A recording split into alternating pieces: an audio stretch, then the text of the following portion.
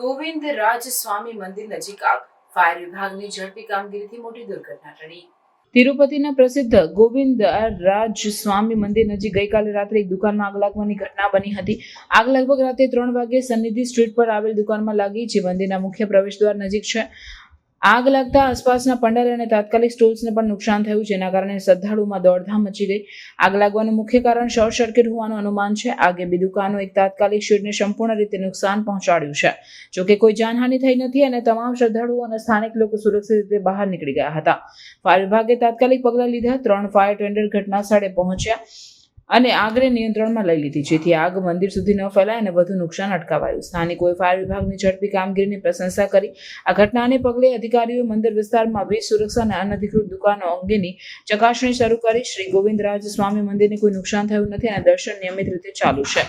આગની ઘટનાએ ફરીથી હેરિટેજ સ્થળોની આસપાસની સુરક્ષા બાબતે ચિંતાઓ ઊભી કરી છે.